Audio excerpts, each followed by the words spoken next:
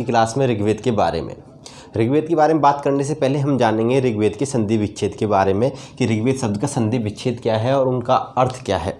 देखिए दोस्तों, ऋग्वेद बहुत ही इम्पोर्टेंट टॉपिक है एग्जाम्स व्यू की दृष्टि से। देखिए दोस्तों, जो ऋग्वेद शब्द है ये ऋक धन वेद से मिलकर बना है। ऋक धन वेद से मिलकर बना है, जिसमें जो ऋक का तात्पर्य है, ऋक का जो तात्पर्य है दोस्तों वो है छंदों तथा चरणों से युक्त मंत्र।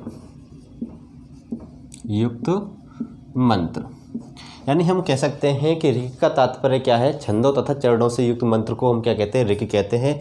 और इसी ऋक शब्द से क्या बना है, ऋग्वेद बना है। क्या बना है, ऋग्वेद बना है। आप जब व्यंजन संधि पढ़ते हैं तो का क्या हो जाता है, वाह, का क्या हो जाता है, गा हो जाता है, यानी अपने ही वर्ग के तीसरे वर्ण में बदल जाता है। इस प्रकार ऋक धन वेद से क्या बना, ऋग्वेद बना, जिसमें ऋक का तात्पर्य क्या है, छंदों तथा चरणों से युक्त मंत्र को हमने क्या कहा, ऋग्वेद कहा। बात समझ गए होंगे यहाँ से। अब बात करते हैं कि ये मंत्र यानी हम स्पष्टली समझ सकते हैं कि इसका तात्पर्य क्या है। हम इसको शॉर्ट में ये भी कह सकते हैं कि छंदोबद्ध रचना को हम क्या कहते हैं, छंदोबद्ध रचना को हम क्या कहते हैं, ऋग्वेद कहते हैं। अब इसमें जो मंत्र हैं ये मंत्र लिखे गए हैं ऋग्वेद में। ऋग्वेद में किसका संकलन है, मंत्रों का। और कैसे मंत्रों का संकलन है, छंदों तथा चरणों से युक्त मंत्रों का क्या है, ऋग्वेद में संकलन है। अब ये मंत्र हैं ये किसकी, किसी देवी और देवताओं की स्तुतियों में, देवी देवताओं की प्रार्थना के लिए, स्तुति या प्रार्थना के लिए ये मंत्र लिखे गए। और ये जो मंत्र हैं सभी मंत्र किस में लिखे गए, छंदों में लिखे गए। किस में लिखे गए, छंदों में लिखे गए। जितने भी श्लोक हैं वो छंदोबद्ध लिखे गए, छंदों की रचना में लिखे गए। बात समझना है यहाँ पे। अब समझने वाली बात यह है कि हमें इतना तो समझ में आ गया कि ऋग्वेद जो शब्द है ऋक धन वेद से बना। ऋक का तात्पर्य क्या है, छंदों तथा चरणों से युक्त मंत्र। और मंत्र किसके लिए लिखे गए थे, ये देवी तथा देवताओं की प्रार्थना या स्तुति के लिए लिखे गए थे।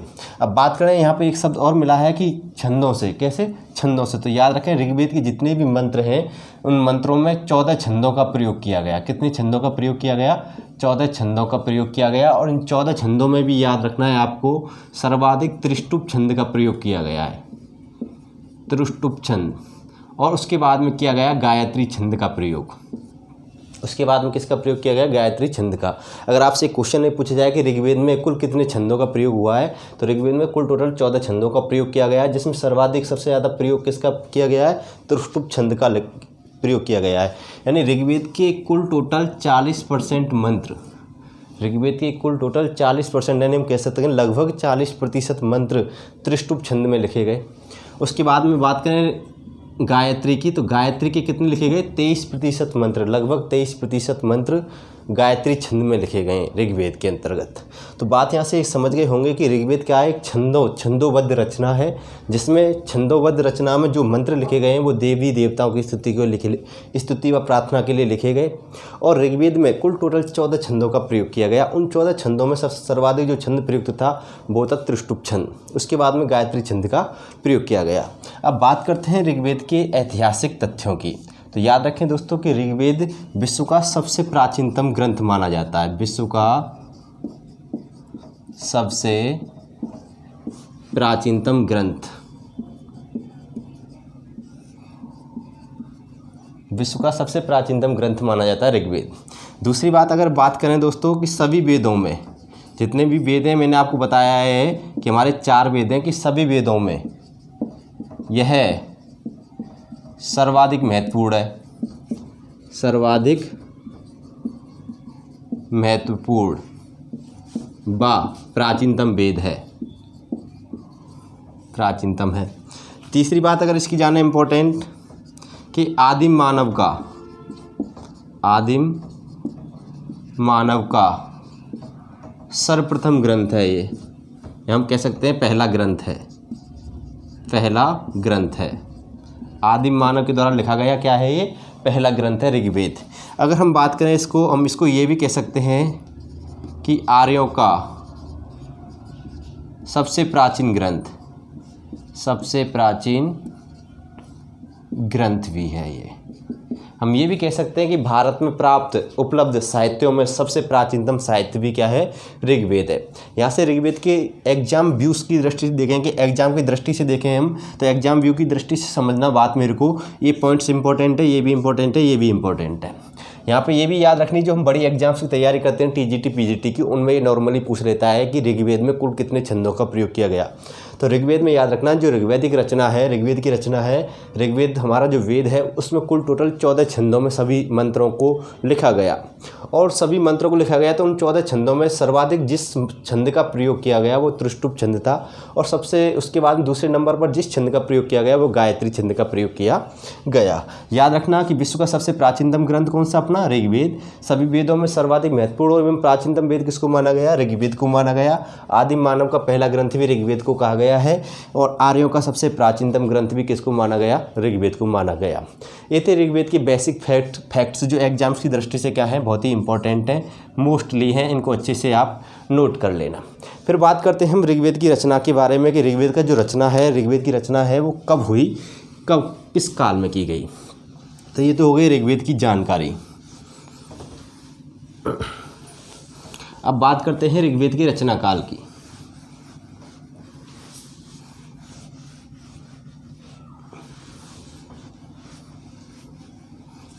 देखिए ऋग्वेद की जो रचना है दोस्तों, ऋग्वेद का जो रचना काल है, अगर ऋग्वेद की रचना काल की बात करें हम, इसका रचना काल माना गया है दोस्तों 1500 ईसा पूर्व से 1000 ईसा पूर्व, लगभग में लिखना है, फिक्स नहीं है, लगभग में इतना माना गया है। कुछ इतिहासकारों ने इससे भिन्न भी अलग तिथि प्रकाशित की है, कुछ लोगों ने कुछ अलग ही बताया है, ठीक है। लेकिन ज़्यादातर इतिहासकारों के अनुसार ऋग्वेद की जो रचना है वो 1500 ईसा पूर्व से 1000 ईसा पूर्व के लगभग हुई थी। और इसकी रचना काल की बात करें, इसका जो क्षेत्र था दोस्तों, ये सप्त सैंधव प्रदेश में इसकी रचना हुई थी। ज़्यादातर इतिहासकारों का ये मानना है कि जो ऋग्वेद की रचना है वो सप्त सैंधव प्रदेश में की गई थी, सप्त सैंधव प्रदेश में की गई। ये तो हो गई दोस्तों रचना काल की बात करें। अब बात करते हैं हम इसके मंडलों की, कि ऋग्वेद में कुल टोटल मंडल कितने हैं, सूक्त कितने हैं, श्लोक कितने हैं, और उन श्लोकों को पढ़ने वाला ब्राह्मण क्या कहलाता है। अब बात करते हैं मंडलों की, कि ऋग्वेद में कुल टोटल मंडल कितने हैं।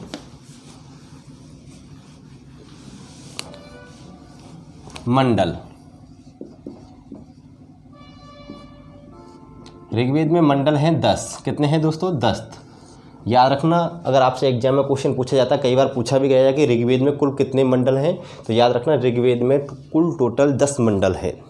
उन 10 मंडलों के बारे में आपको बता दूं कि ये जो 10 मंडल हैं, इन 10 मंडलों में जो सबसे प्राचीन मंडल है, सबसे प्राचीन मंडल माना जाता है दोस्तों 2 से 7 तक, 2 से 7 तक मंडल, यानी 2 से 7 तक के जितने भी मंडल हैं उन सभी मंडलों को सबसे प्राचीन मंडल माना जाता है। अगर बात करें दोस्तों सबसे नवीनतम मंडल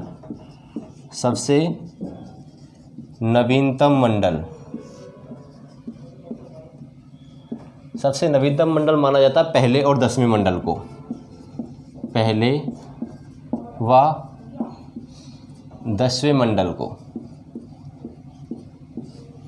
याद रखना दोस्तों। उसके बाद में अगर बात करें कि सबसे बड़ा मंडल किसे माना जाता है, सबसे बड़े मंडल माना जाता है पहला व 10वां, यानी पहला व 10वां ही मंडल को सबसे बड़ा मंडल भी माना जाता है, सबसे नवीनतम मंडल भी माना जाता है। क्यों माना जाता है, क्योंकि इन दोनों मंडलों में 191 क्या है दोस्तों, सूक्त हैं। अब बात करें सबसे छोटा मंडल कौन सा है, सबसे छोटा मंडल, ऋग्वेद का सबसे छोटा मंडल माना गया है दूसरे मंडल को, दूसरा मंडल ऋग्वेद का सबसे छोटा मंडल है दूसरा मंडल। और इस मंडल में कुल कितने सूक्त हैं, 43 सूक्त हैं, 43 सूक्त। अब बात करें दोस्तों इसमें कि जो हमारा ये 2 से लेके 7 तक के जो मंडल हैं, 2 से 7 तक के मंडल, 7 तक मंडल, कुल टोटल कितने मंडल हो गए, 6। कुल टोटल कितने मंडल हो गए? 6। इन 2 से 7 तक के मंडलों को क्या कहा जाता है? वंश मंडल, वंश मंडल, गोत्र मंडल, परिवार मंडल, परिवार मंडल या ऋषि मंडल, ऋषि मंडल कहा जाता है।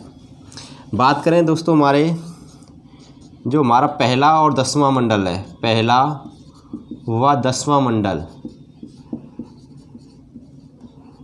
10वां मंडल, इसको क्षेपक मंडल कहा जाता है।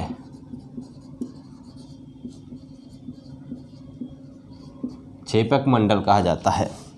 और बात करें हमारे 8वें मंडल की, 8वां मंडल, 8वें मंडल को प्रज्ञात मंडल कहा जाता है, प्रज्ञात मंडल कहा जाता है। यहाँ पे इतने सारे मैंने मंडलों की विशेषताएं बताई आपको, एक एक पॉइंट समझना, एक एक पॉइंट हमारे एग्जाम्स की दृष्टि से इम्पोर्टेंट है। हम बड़ी एग्जाम्स की तैयारी करते हैं तो बड़ी एग्जाम्स के लिए बहुत ही इम्पोर्टेंट है। छोटी एग्जाम्स में भी इससे संबंधित क्वेश्चन पूछे जाते हैं। ऐसा नहीं है कि बड़ी एग्जाम्स के लिए ये सारी चीज़ें इंपॉर्टेंट है, छोटे से लेकर बड़ी एग्जाम्स तक सभी एग्जाम्स के लिए सभी पॉइंट्स इंपॉर्टेंट हैं। एक एक समझना, एक एक पॉइंट को समझना। मैं आपको बताता हूँ कि जो सबसे प्राचीन मंडल का मतलब ये है कि ऋग्वेद के अंतर्गत जितने भी मंडल लिखे गए उन 10 मंडल हैं, उन 10 मंडलों में सबसे प्राचीन जो मंडल हैं वो 2 से लेकर 7 तक हैं। यानी कुल मिलाकर कह सकते हैं कि दूसरा मंडल है हमारा, जो दूसरा मंडल स्टार्ट होता है उस दूसरे मंडल से लेकर 7वें मंडल तक के जो मंडल थे वो सभी मंडल सबसे पहले लिखे गए, तो इस वजह से इनको सबसे प्राचीन कहा गया। अब आपके मन में प्रश्न आ रहा होगा कि भाई पहला मंडल सबसे प्राचीन होना चाहिए, ये दूसरे से लेकर 7वें तक का क्यों है? तो मैंने आपको पहली क्लास में, जब ऋग्वेद की हमारी वैदिक काल की पहली क्लास थी, उसमें मैंने आपको स्पष्टली बताया था कि ऋग्वेद यानी ये जो वेद थे ये क्या थे? श्रुति साहित्य थे। इनको ईश्वर ने ऋषियों को सुनाया और ऋषियों ने पीढ़ी दर पीढ़ी मौखिक रूप से अपने अग्रजों को यानी अपने जो आगे की पीढ़ी थी, आगे की संतान थी, उनको सुनाया था।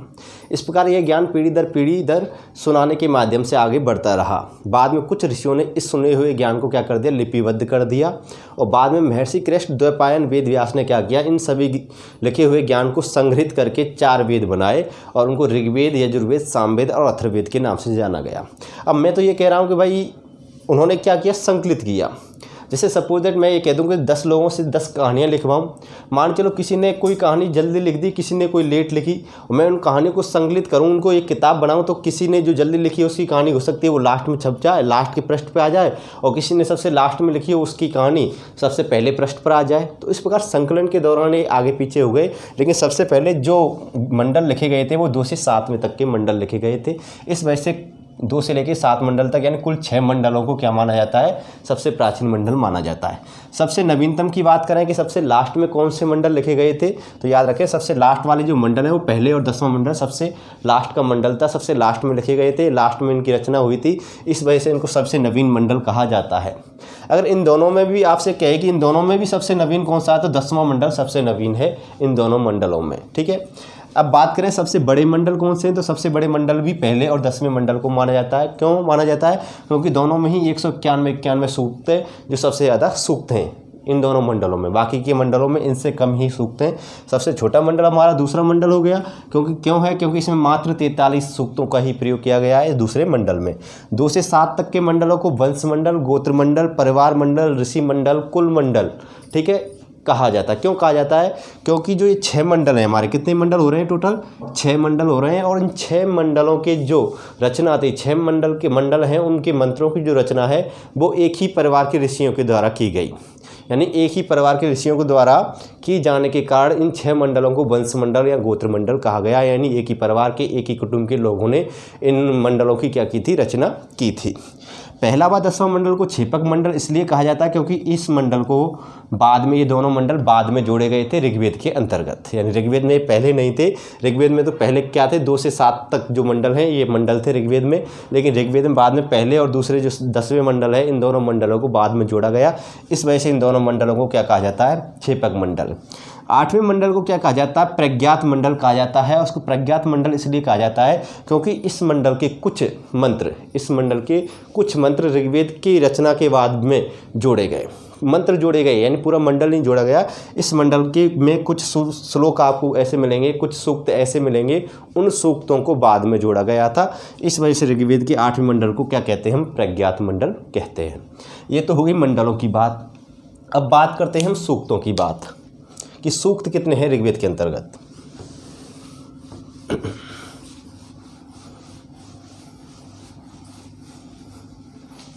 अब देखिए सूक्तों की बात करें हम कि सूक्त कितने हैं, तो ऋग्वेद में सूक्त है 1028। कितने हैं? 1028, जिनमें से 1017 सूक्तों की तो पहले ही रचना हो चुकी थी। यानी ऋग्वेद के सूक्त कितने हैं?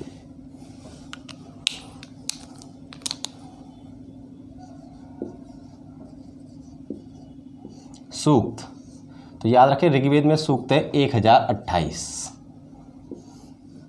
और इन 1028 सूक्तों में भी आपको मैं बता दूं कि 1017 जो सूक्त थे ये ऋग्वेद में पहले से जुड़े हुए थे।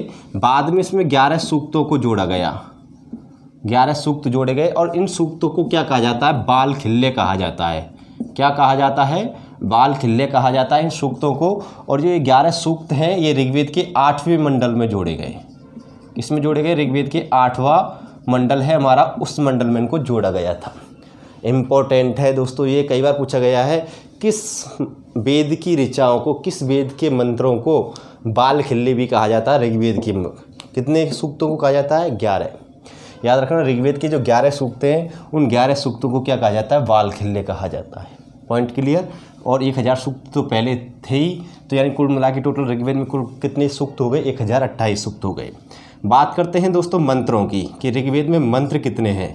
मंत्र, या हम इनको कह सकते हैं ऋचाएँ, ठीक है, या हम इनको कह सकते हैं श्लोक। मैंने आपको स्टार्टिंग बता दिया है आपको कि ऋचाओं के ही संकलन को हम क्या कहते हैं? ऋग्वेद कहते हैं। छंदोबद्ध रचना को ही हम क्या कहते हैं? ऋग्वेद कहते हैं। यानी छंदों तथा चरणों से युक्त मंत्रों को हम क्या कहते हैं? ऋक कहते हैं। तो वही ऋक आ गया। तो याद रखें कि ऋग्वेद में कुल मंत्र या श्लोक या ऋक कितने हैं, ऋचाएँ कितनी हैं।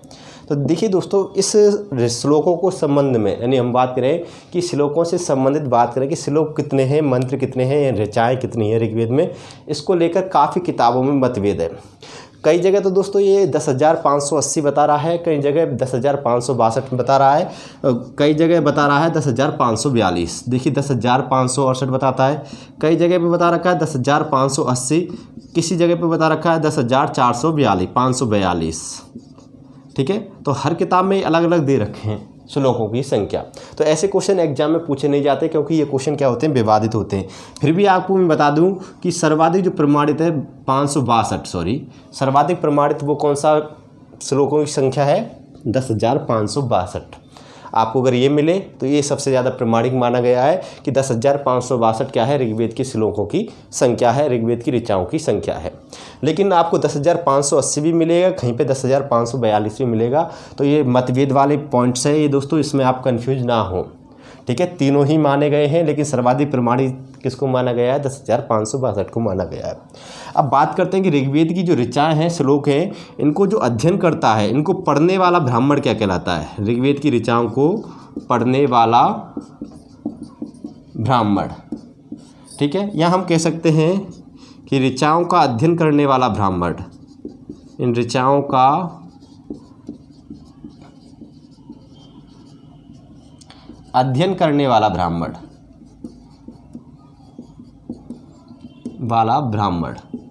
तो बात समझना कि इन सभी के अगर याद, दोनों पॉइंट इंपॉर्टेंट है कि ऋग्वेद की ऋचाओं को पढ़ने वाला ब्राह्मण क्या कहलाता है, ऋग्वेद की ऋचाओं का अध्ययन करने वाला ब्राह्मण क्या कहलाता है। तो मैं आपको बता दूं कि ऋग्वेद की ऋचाओं को पढ़ने वाले ब्राह्मण को हम होता कहते हैं। क्या कहते हैं? होता, या हम कह सकते हैं इसको होत्री। क्या कह सकते हैं?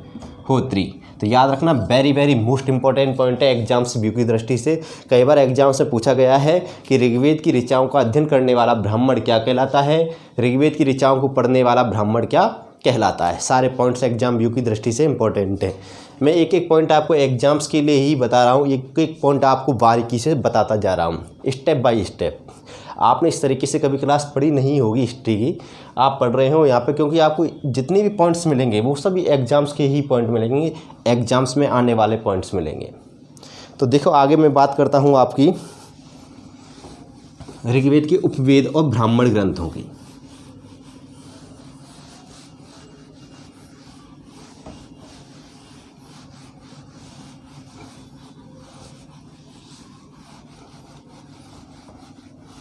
देखिए ऋग्वेद का उपवेद, अब बात करते हैं हम ऋग्वेद के उपवेद की कि ऋग्वेद का उपवेद क्या है। देखिए ऋग्वेद के उपवेद को हम कहते हैं आयुर्वेद। क्या कहते हैं?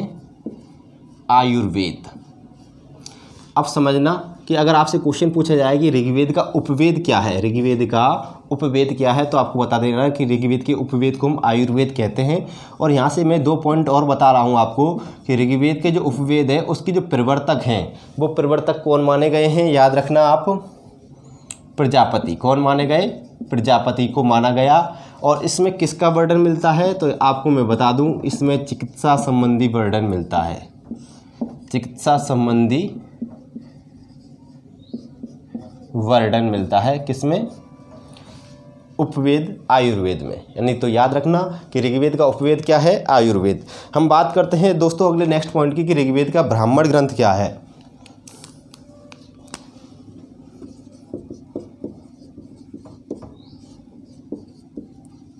तो याद रखें ऋग्वेद के ब्राह्मण ग्रंथ कितने हैं दोस्तों? 2। और दोनों के नाम मैं आपको बता देता हूँ। एक का नाम है ऐत्रेय और दूसरा ब्राह्मण ग्रंथ है कौशितकी। कौशितकी। तो याद रखें दोस्तों कि ऋग्वेद के ब्राह्मण ग्रंथ कितने हैं? 2 हैं। एक का नाम है ऐत्रेय और दूसरे का नाम है कौशितकी। ये पॉइंट्स क्लियर। अब देखो दूसरे नेक्स्ट बात करते हैं पांडुलिपि की कि ऋग्वेद की पांडुलिपि कहाँ से मिली। बहुत इंपॉर्टेंट फैक्ट्स है ये। तो याद रखें कि ऋग्वेद की जो सबसे प्राचीन पांडुलिपि थी वो कहाँ पर मिली? भुर्ज वृक्ष की छाल पर लिखी गई थी। भुर्ज वृक्ष की छाल पर लिखी हुई ऋग्वेद की सबसे प्राचीनतम, ऋग्वेद की सबसे प्राचीनतम पांडुलिपि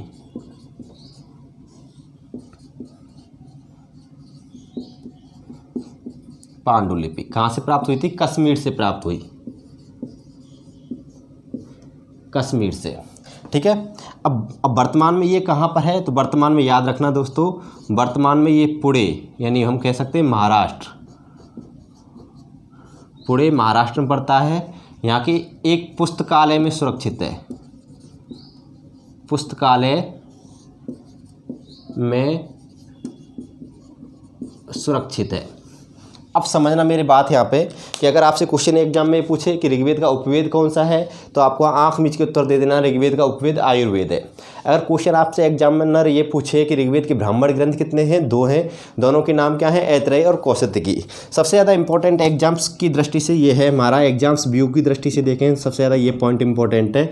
और ये बार बार परीक्षा में पूछा जाता है, बड़ी से बड़ी एग्जाम हो चाहे छोटी से छोटी एग्जाम हो। हम कुल मिला कह सकते हैं शून्य से शिखर तक, यानी छोटी से छोटी एग्जाम और बड़ी से बड़ी एग्जाम्स के लिए ये क्वेश्चन बहुत ही मोस्ट है, इंपॉर्टेंट। मैं बार बार लिख रहा हूँ आपको, मोस्ट है। क्यों है? क्योंकि ये भुर्ज वृक्ष की छाल पर लिखी गई थी। किस पे लिखी गई थी? भुर्ज वृक्ष की छाल पर लिखी हुई ऋग्वेद की सबसे प्राचीनतम पांडुलिपि है। और ये कहाँ पे मिली थी? कश्मीर में। पहला क्वेश्चन तो यहीं से बनता है कि भुर्ज वृक्ष की छाल पर लिखी गई ऋग्वेद की प्राचीनतम पांडुलिपि कहाँ से मिली थी? कश्मीर से।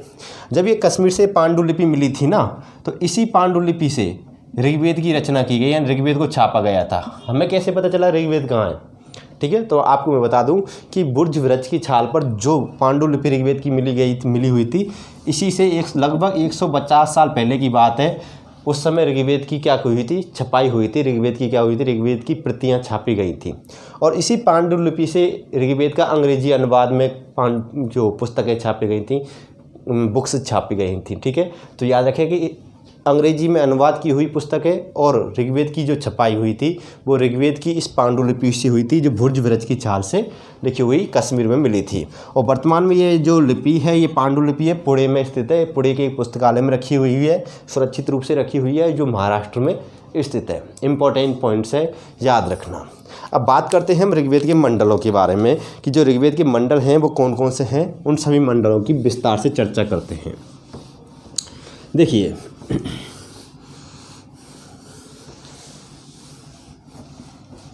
बात करते हैं हम सबसे पहले ऋग्वेद के तीसरे मंडल की। यानी हम ऋग्वेद की 10 मंडल थे, हमने ऋग्वेद के 10 मंडलों के बारे में पढ़ा कि ऋग्वेद के जो 10 मंडल हैं उन 10 मंडलों को मैंने विस्तार से समझाया। अब बात करते हैं हम ऋग्वेद का तीसरा मंडल। ऋग्वेद का तीसरा मंडल।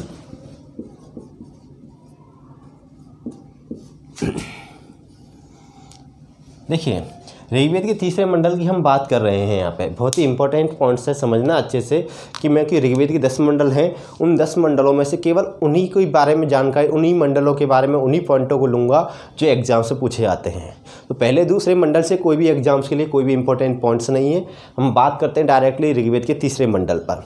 ऋग्वेद के तीसरे मंडल में प्रसिद्ध गायत्री मंत्र की रचना हुई है। यानी हम कह सकते हैं कि ऋग्वेद का जो तीसरा मंडल है, इसमें क्या मिलता है आपको हम बता दें कि प्रसिद्ध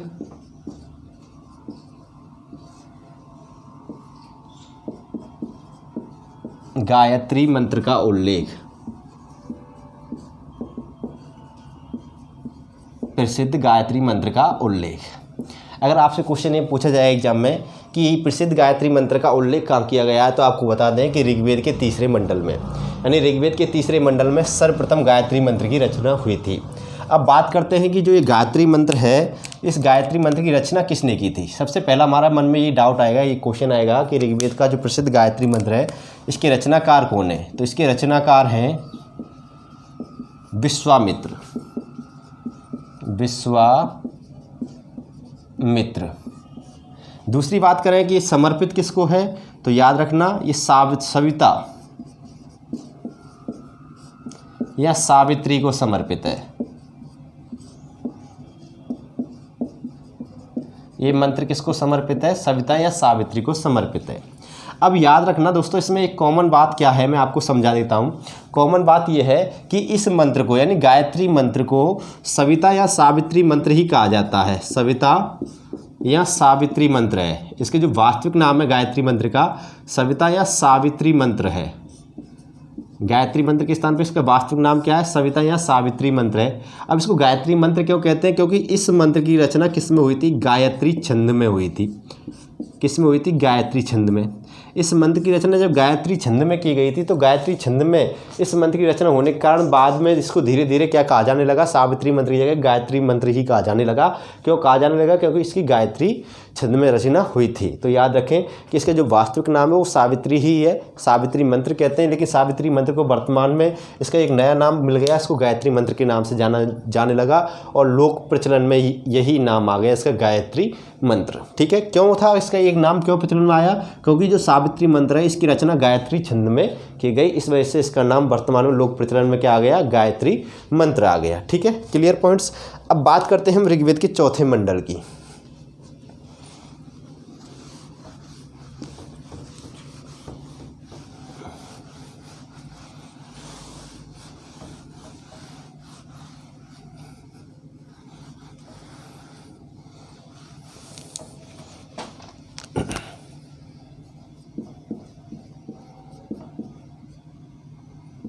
चौथा मंडल, ऋग्वेद का चौथा मंडल। देखिए ऋग्वेद के चौथे मंडल में एग्जाम की दृष्टि से कौन से पॉइंट इंपॉर्टेंट है, तो याद रखना पहला पॉइंट इसका ये इंपॉर्टेंट है कि इसमें कृषि संबंधित प्रक्रिया का उल्लेख मिलता है। याद रखें कि ऋग्वेद के किस मंडल में कृषि संबंधित प्रक्रिया का उल्लेख मिलता है, तो आपको बता देना ऋग्वेद के चौथे मंडल में मिलता है। दूसरी बात कि इस मंडल के जो 3 मंत्र हैं, कितने मंत्र, 3 मंत्र यानी 3 मंत्रों की रचना 3 राजाओं ने की थी। यानी इस मंडल के जो 3 मंत्र हैं उनकी रचना किसी ऋषि के द्वारा नहीं की गई थी, केवल 3 मंत्र हैं, उन 3 मंत्रों की रचना 3 राजाओं ने की थी। ये बहुत इंपॉर्टेंट बात है, याद रखना कि किस मंडल के कुछ मंत्रों की रचना राजाओं के द्वारा, ऋषियों के द्वारा ना की जाकर किसके द्वारा की गई, राजाओं के द्वारा की गई। और उन 3 राजाओं के जो नाम थे, उन 3 राजाओं के जो नाम हैं वो हैं, एक का नाम था त्रसदस्यु, पहला राजा। दूसरा राजा था अजमीड, और जो तीसरा राजा है उसका नाम है पुरुमीड। यानी इन 3 राजाओं ने एक एक मंत्र की रचना की और उन तीनों मंत्रों को कहाँ पे जोड़ा गया, ऋग्वेद के चौथे मंडल में जोड़ा गया। तो याद रखना ऋग्वेद का जो चौथा मंडल है उसके 3 मंत्रों की रचना 3 राजाओं के द्वारा की गई और उन राजाओं का नाम है त्रसदस्यु, अजमीढ़ और पुरुमीड। Clear points. अब बात करते हैं हम ऋग्वेद के 7वें मंडल की।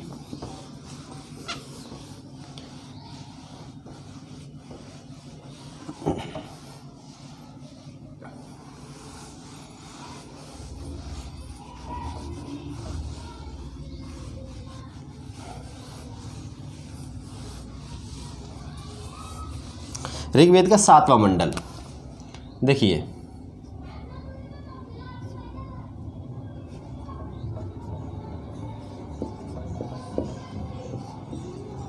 ऋग्वेद का 7वां मंडल।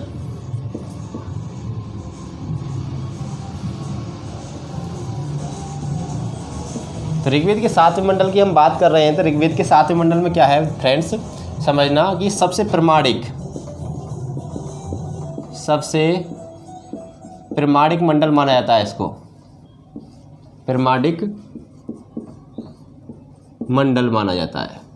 पहली बात, ऋग्वेद का सबसे प्रामाणिक मंडल कौन सा है, हमारा 7वां मंडल है। ये बात आपको अच्छे से याद रखनी है। और इसमें सबसे प्रसिद्ध बात क्या है, सबसे पेपर में ज़्यादा आने वाली चीज़ क्या है कि इसमें प्रसिद्ध दशराग्य युद्ध का वर्णन मिलता है। प्रसिद्ध दशराग्य युद्ध का वर्णन, इसमें प्रसिद्ध दशराग्य युद्ध का वर्णन मिलता है। अब आपके मन में आ रहा होगा दशराग्य युद्ध क्या था। देखिए मैं बता दूं, दशराग्य युद्ध का तात्पर्य होता है 10 राजाओं का युद्ध, यानी दशराग्य युद्ध का मतलब 10 राजाओं का युद्ध। तो याद रखना ऋग्वेद के किस मंडल में दशराग्य युद्ध का वर्णन मिलता है, आपको बता देना 7वें मंडल में। अगर वो आपसे ये ना कहे वो कि ऋग्वेद के किस मंडल में 10 राजाओं के युद्ध के बारे में जानकारी प्राप्त होती है, तो आपको बता देना 7वें मंडल में। अभी दशराग्य युद्ध क्या था, 10 राजाओं का युद्ध क्या था, ये मैं आपको बता देता हूँ, समझना। अब बात कर रहे हैं हम दशराग्य युद्ध के बारे में। अब देखिए दशराग्य युद्ध में क्या था, 10 राजाओं यानी एक तरफ तो 10 राजा थे और एक तरफ एक अकेला राजा था। जो अकेला राजा था उसका नाम था राजा सुदास। क्या था, राजा सुदास।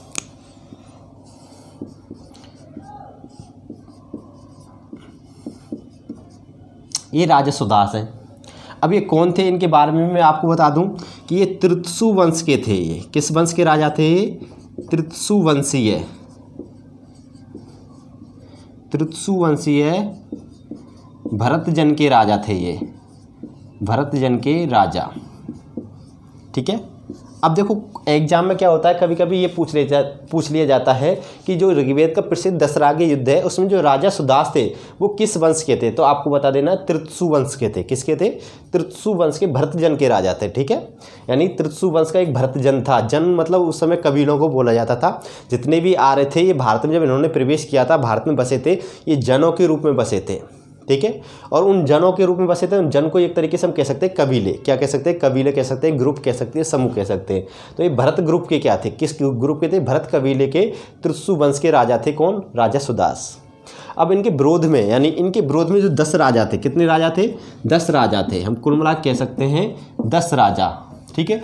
तो ये युद्ध था राजा सुदास और 10 राजाओं के बीच में हुआ था। अब ये 10 राजा कौन थे, तो मैं आपको इनके बारे में भी बता देता हूँ कि 10 राजा कौन थे।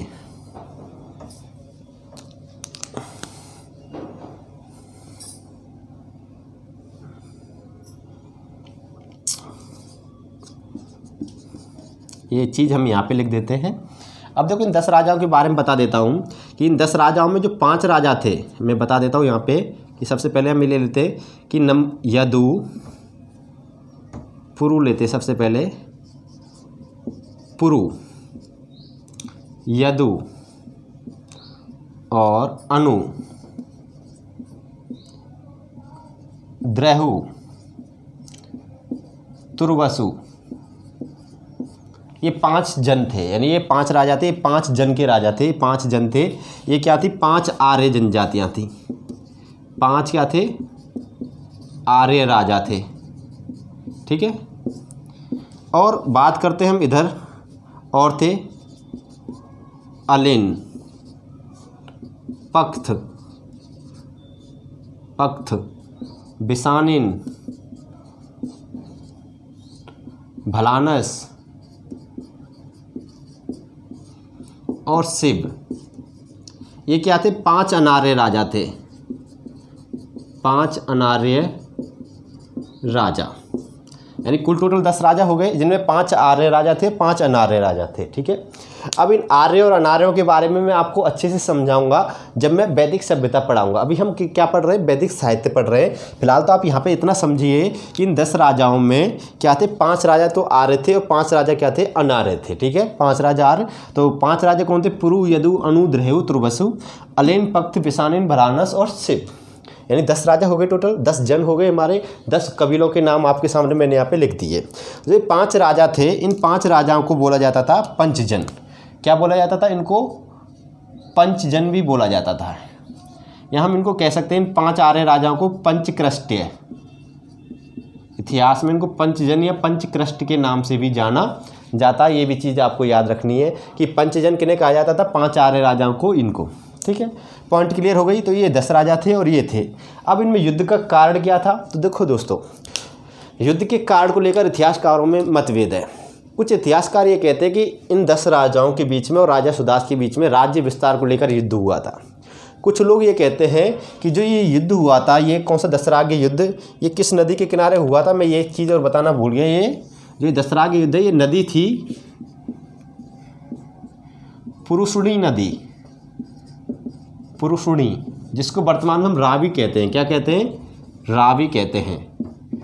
नदी के किनारे हुआ था ये युद्ध। किस नदी के किनारे हुआ था? पुरुषुणी या रावी नदी के किनारे। तो कुछ इतिहासकार ये कहते हैं कि इन 10 राजाओं ने इस पुरुषुणी नदी का जो जल था उसको बदलने का प्रयास किया। यानी इस मान चलो ये इस प्रकार बह रही थी, तो इसको इस प्रकार बहने के बजाय इसको इस प्रकार घुमाकर अपनी तरफ बहने के लिए क्या किया? प्रयास किया।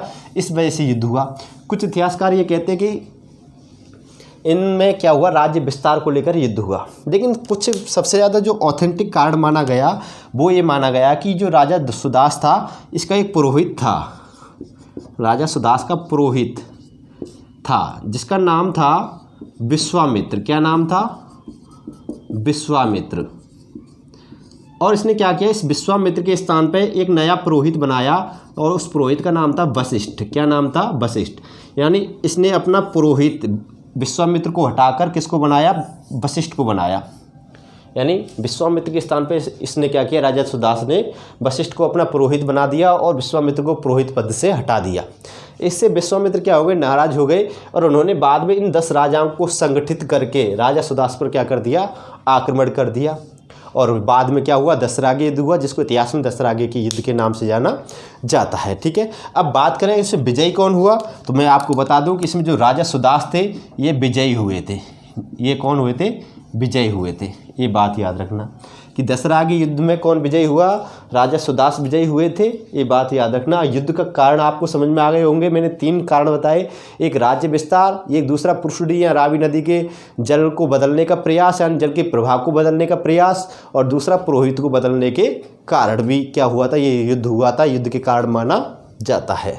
Points clear. अब मैं बात करूँ कि जो ये 5 आर्य राजा थे, इन 5 आर्य राजाओं का जो युद्ध हुआ था उसमें युद्ध में नेतृत्व किया था राजा पुरु ने। किसने किया था? राजा पुरु ने नेतृत्व किया था। और ये जो अनार्य राजा थे, इन अनार्य राजाओं का युद्ध में नेतृत्व किया था मेद ने। किसने किया था? राजा मेद ने। ठीक है, तो याद रखना राजा पुरु और राजा मेद ये दोनों क्या थे? अपने अपने ग्रुप के, यानी ये 5 अनार्य राजाओं के क्या थे? सेनापति थे। कुल मिला कह सकते हैं नेतृत्व किया था। और राजा पुरु ने अपने 5 आर्य राजा यानी 5 आर्य जनों का क्या किया था? नेतृत्व किया था। इन सभी 10 जनों को, यानी कुल मिला कह सकते हैं इन सभी 10 कबीलों के राजा को और 10 कबीलों को अकेले राजा सुदास ने क्या कर दिया था? पराजित कर दिया था। यह था दशराग्य युद्ध। अब बात करते हैं ऋग्वेद के 10वें मंडल की तरफ चलते हैं।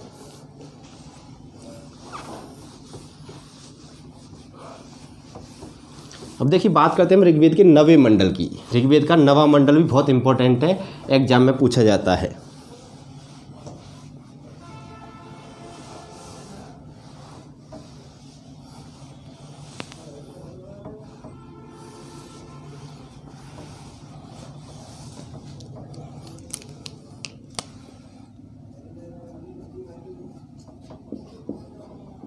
ऋग्वेद का 9वां मंडल।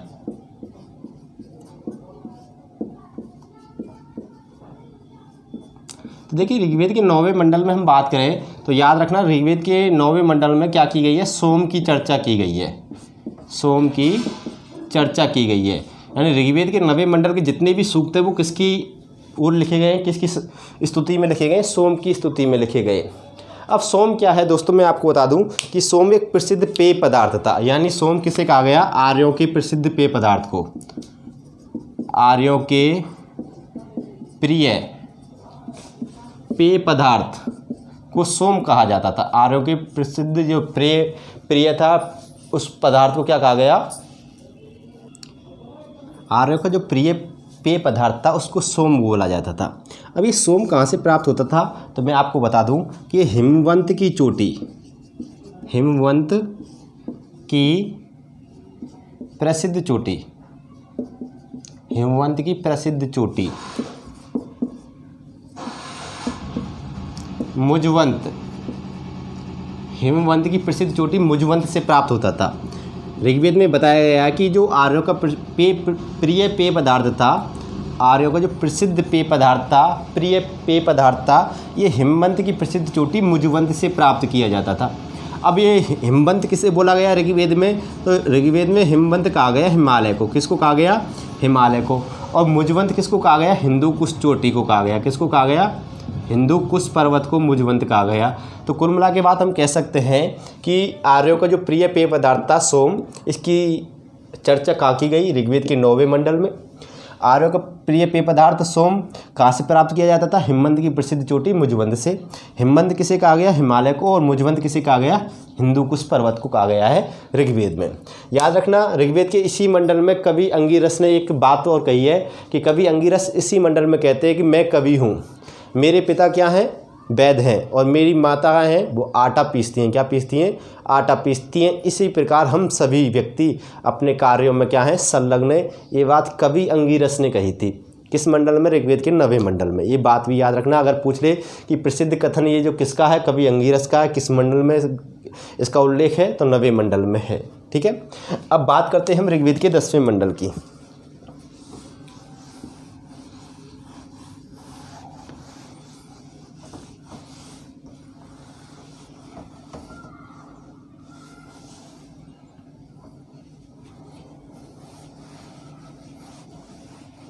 देखिए ऋग्वेद का 10वां मंडल,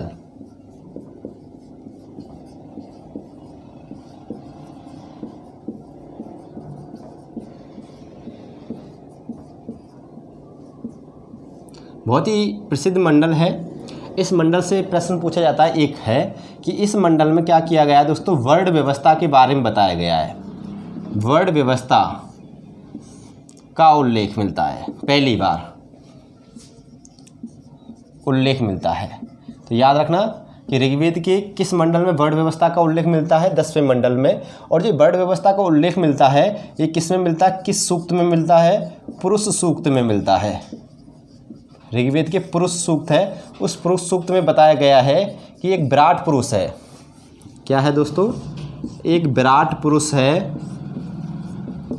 और उस विराट पुरुष की बात करें तो उस विराट पुरुष के मुख से, किससे, मुख से ब्राह्मण की उत्पत्ति हुई। इसमें कहा गया है कि एक विराट पुरुष है, उसके मुख से किसकी उत्पत्ति हुई है, ब्राह्मण की उत्पत्ति हुई है। और बात करें हम भुजा से, भुजा से उत्पत्ति हुई क्षत्रिय की, और उदर से उत्पत्ति हुई वैश्य की, और पैरों से उत्पत्ति हुई शूद्र की।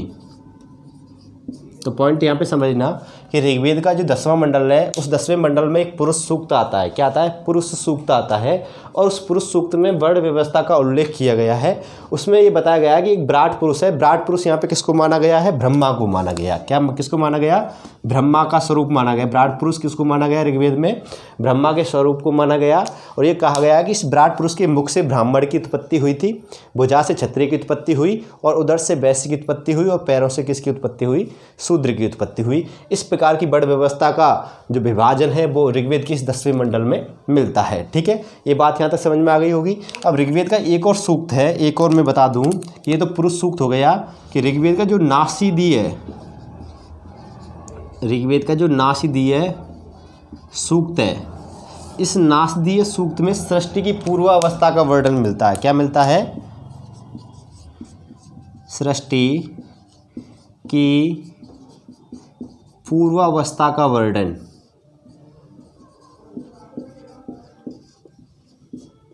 सृष्टि की पूर्वावस्था का वर्णन। तो याद रखना, ऋग्वेद का जो 10वां मंडल है बहुत ही इंपॉर्टेंट है, क्योंकि इसमें वर्ण व्यवस्था का स्पष्टली उल्लेख किया गया है। इसमें ऋग्वेद का जो 10वें मंडल का पुरुष सूक्त है उसमें विराट पुरुष के मुख, भुजा, उदर और पैर से वर्ण व्यवस्था की उत्पत्ति के बारे में बतलाया गया है। ये थी दोस्तों हमारे ऋग्वेद की संपूर्ण जानकारी सभी मंडलों की। ठीक है, ऋग्वेद के और भी अन्य फैक्टों में बता दूं दोस्तों कि ऋग्वेद में एक पंक्ति आपने सभी विद्यालयों में पढ़ी होगी, आपने देखा होगा, अस्तो माँ सदगमय तमसो माँ ज्योतिर्गमय। आपने ये पंक्ति सब जगह पढ़ी होगी, तो याद रखें कि हम बता दें आपको, अस्तो माँ सदगमय, अस्तो माँ सदगमय, जो ये पंक्ति है इसका जो भावार्थ है वो ऋग्वेद से लिया गया है। कहाँ से लिया गया ये पंक्ति? ऋग्वेद से ली गई है। अस्तो माँ सदगमय तमसो माँ ज्योतिर्गमय, ये भी कहाँ से उल्लेख लिया गया है? ऋग्वेद से लिया गया है। अगर ये पूछ लिया जाए कि अस्तो माँ सदगमय तमसो माँ ज्योतिर्गमय कहाँ से ली गई? ऋग्वेद से। तो मैंने आपको कई चीज़ बताई। ऋग्वेद से गायत्री मंत्र लिया गया, ऋग्वेद में दशहरा के वर्णन का उल्लेख मिलता है, ऋग्वेद में कृषि संबंधी प्रक्रिया का उल्लेख मिलता है, ऋग्वेद में सोम की चर्चा की गई, ऋग्वेद में वर्ण व्यवस्था का भी उल्लेख मिलता है। तो इस प्रकार मैंने ऋग्वेद के सभी मंडल के जितने भी इंपॉर्टेंट पॉइंट्स थे सभी इंपॉर्टेंट पॉइंट्सों के बारे में अच्छे से समझा दिया। अब बात करते हैं हम नेक्स्ट अगली क्लास में यजुर्वेद के बारे में, यानी वेदों के अगले भाग यजुर्वेद के बारे में। यानी इस क्लास में मैंने आपको ऋग्वेद से संबंधित एक भी ऐसा पॉइंट नहीं छोड़ा जो एग्जाम में आपसे रह जाए। ठीक है, अगर आपने ये पढ़ लिया तो एग्जाम के सारे क्वेश्चन आपके कभी भी गलत नहीं होंगे ऋग्वेद से संबंध में। बात करेंगे ऋग्वैदिक काल क्या है। तो ऋग्वैदिक काल की जब हम वैदिक सभ्यता पढ़ाएंगे तो उसमें ऋग्वैदिक काल के राजा महाराजा, उनके सामाजिक जीवन, राजनीतिक जीवन, सभी तथ्यों पर क्या करेंगे? डिस्कस करेंगे, चर्चा करेंगे। तो आज की क्लास में बस इतना ही।